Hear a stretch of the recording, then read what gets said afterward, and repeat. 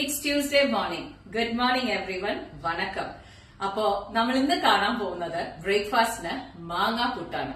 ഇവിടെ മാങ്ങ കിട്ടുന്ന സമയമാണിത്. എവിടെ നോക്കിയാലും എല്ലാവരുടെ വീട്ടിലും മാങ്ങയും അതേമാതിരി തന്നെ ഞാവൽപ്പഴവും ഉള്ള സീസണാണ്. അപ്പോ മാങ്ങ പുട്ട് എല്ലാവരും ഉണ്ടാക്കാറുണ്ട്. കോമൺ ആയിട്ടുള്ള കാര്യം തന്നെയാണ്. പല ആൾക്കാരും ലെയർ ചെയ്ത് ഉണ്ടാക്കാറുണ്ട്. ഒരുപാട് വെറൈറ്റിയാണ് മാങ്ങാ പുട്ട് കൊണ്ട് ചെയ്യാറുള്ളത്. ഇത് ഞാൻ എങ്ങനെയാണ് ഉണ്ടാക്കുന്നത് എന്നുള്ളതാണ് നിങ്ങളുടെ അടുത്ത് ഞാൻ ഷെയർ ചെയ്യണത്. വരൂ നമുക്ക് കാണാം മാങ്ങാ പുട്ട്.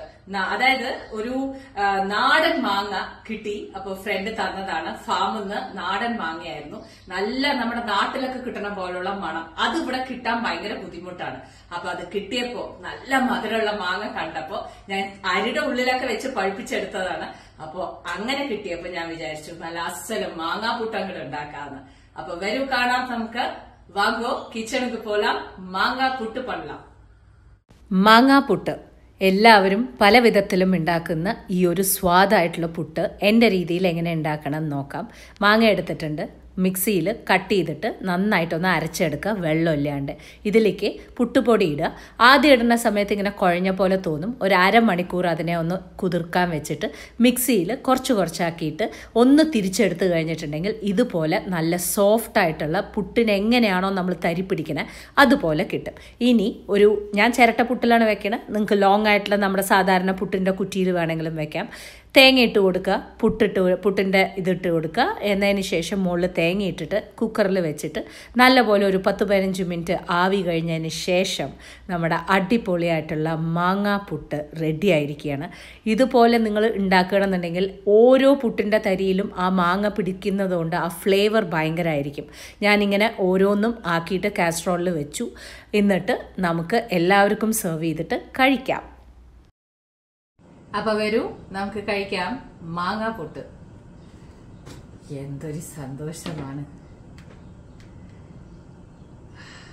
സോഫ്റ്റ് ആയിട്ടുള്ള മാങ്ങാ പുട്ടെടുത്ത് ഇത് ഏത് കറി കൂട്ടിയിട്ടും കഴിക്കാം. പക്ഷെ ആ ടേസ്റ്റ് അറിയണമെങ്കിൽ നമ്മുടെ നെയ്യും പഞ്ചസാരയും തന്നെ ചെല്ലണം. കുറച്ച് നെയ്യ് ഒഴിച്ച്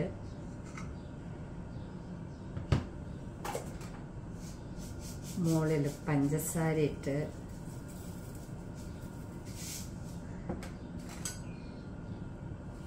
പതുക്കെ എല്ലാവിടേക്കും അതാക്കി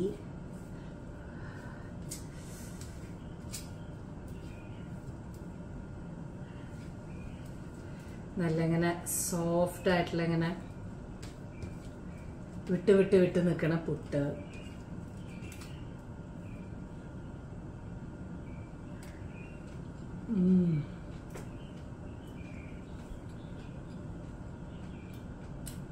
മൈൻഡ് ബ്ലോയിങ്.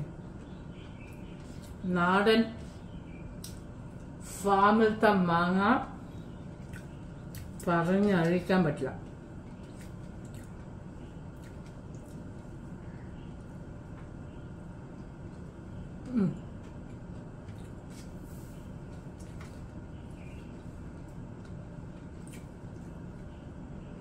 അപ്പോൾ ഫസ്റ്റ് സ്റ്റേജിൽ കുഴഞ്ഞ പോലെ തോന്നിക്കുകയാണെങ്കിലും ടെൻഷൻ അടിക്കേണ്ട. ഒരു 15-20 മിനിറ്റ്സ് അങ്ങനെ തന്നെ വിടുക.